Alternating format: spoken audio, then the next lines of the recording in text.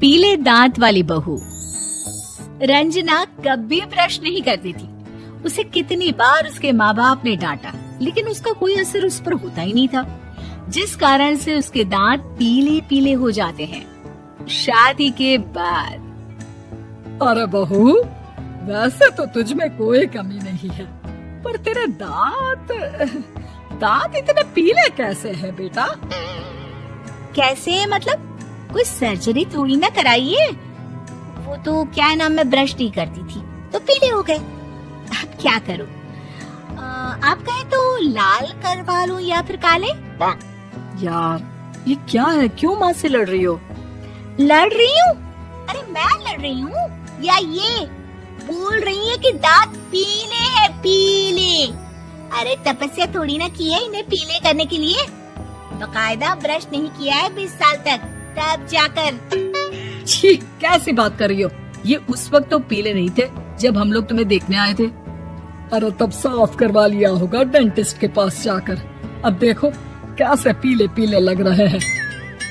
रंजना सास की तरफ गुस्से से देखती है। फिर शुरू हो गई पीले पीले पीले।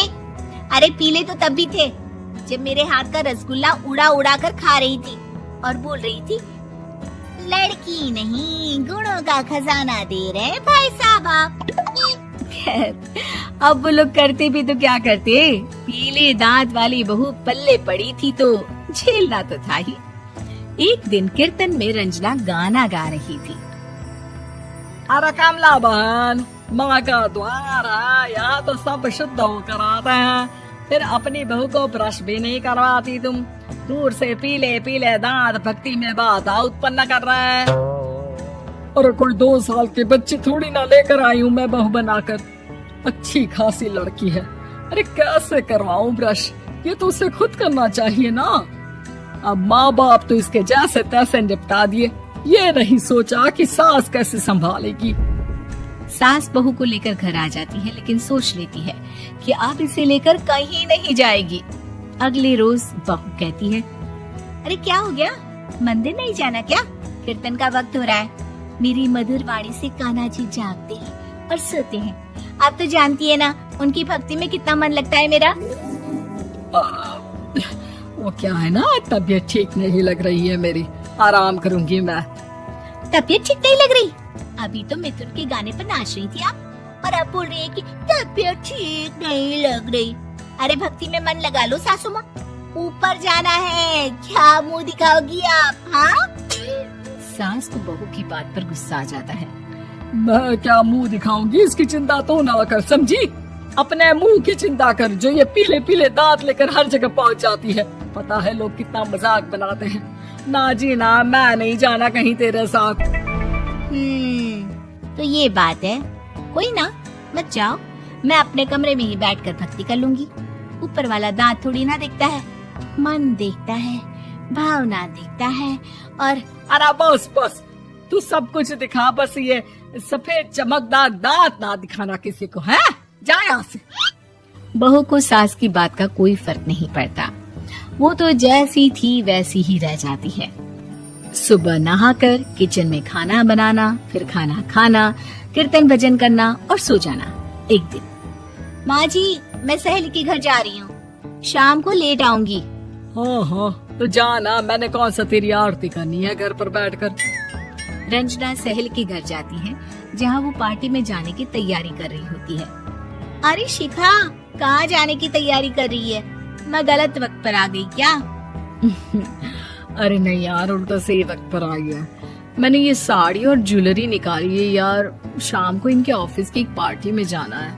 बताना कैसा लग रहा है ये सब? नहीं यार, इस ड्रेस के साथ तो वो वाली ज्वेलरी अच्छी लगेगी।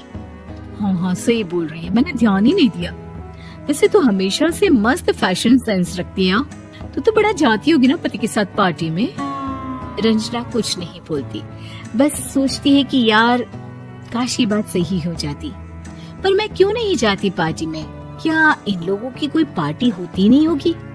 रंजना घर आती है और रात में पति से सवाल करती है, एक बात बताइए, आप मुझे किसी पार्टी में क्यों नहीं ले जाते? क्या आपके यहाँ ऑफिस में पार्टी नहीं होती? पति बेचारा क्या कहता कि दांत पीले हैं तुम्हारे इसलिए।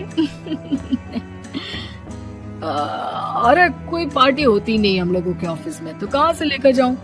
और मार्केट, मॉल, कहीं वीकेंड घूमना, कहीं तो। अरे यार, सारे हफ्ते में एक छुट्टी मिलती है, तो सोचता हूँ कि आराम ही कर लूं। क्यों? रंजना मन मार के रह जाती है। पहले कभी सास के साथ मंदिर जाया करती थी, लेकिन वो भी सास ने ले जाना बंद कर दिया।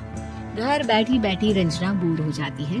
तभी उसे आइडिया आता है और वो मायके जाने का सोचती है। सासू माँ, 2 दिनों के लिए मम्मी के घर जा रही हूँ। अच्छा अच्छा, ठीक है, आराम से जा। और हाँ, माँ से कुछ अच्छी आदत सीख कर आना कि कैसे शरीर के हर भाग की तरह दांतों की सफाई भी जरूरी होती है, समझी? शुरू हो गई ना आप। वो लोग आपकी तरह नहीं है कि छोटी छोटी बात का बतंगड़ बना दे। उन लोगों के लिए मैं मायने रखती हूँ, ना कि मेरे पीले पीले दांत। रंजना माँ को बिना बताए उन लोगों को सरप्राइज देती है, लेकिन जैसे ही वो दरवाजे पर पहुँचती है, अंदर देखती है कि घर वाले कहीं जा रहे होते हैं। अब माँ, काश रंजना दीदी के दांतों वाली प्रॉब्लम नहीं होती, तो वो भी हम लोगों के साथ चलती ना बुआ जी की बेटी की शादी में। हाँ बेटा, लेकिन अब उसे कौन समझाए कि उसको उसके पीले दांत नहीं दिखते, लेकिन उसके आसपास के लोगों को कितना एम्बैरेसिंग फील कराते हैं। मुझे तो कितनी बार उसके स्कूल की टीचर ने शिकायत की कि उसके साथ कोई लड़की बैठना भी नहीं चाहती, और ना ही कॉलेज में कोई उससे बात करना चाहता था। लेकिन पता नहीं क्यों उसे ये बात समझ में ही नहीं आती। कोई कमी नहीं है उस लड़की में, बस यही कि दांत पीले हैं। वो तो भला हो जीजा जी और उनकी माँ का, जो दीदी को जैसी है वैसे ही रखा हुआ है। रंजना को अपने घर वालों की बात सुनकर बहुत दुख होता है। वो सोचती है कि वो क्या करे, लेकिन फिर वो सीधा डेंटिस्ट के पास जाती है, अपने दांत चमकाती है और कसम खाती है कि वो रोज ब्रश करेगी। अरे क्या हो गया? तुम तो 2 दिनों के लिए गई थी ना, पर कोई ना, अच्छा है, चलो आ गई तो। रंजना सास के सामने आकर खड़ी हो जाती है और पूरी स्माइल करती है, उसके चमकदार दांतों को दिखाती हुई। हैं? चले मंदिर। माँ, मुझे माफ कर दीजिए, मैंने आप लोगों को बहुत एम्बैरेसिंग फील करवाया। मैं आज से रोज ब्रश करूंगी।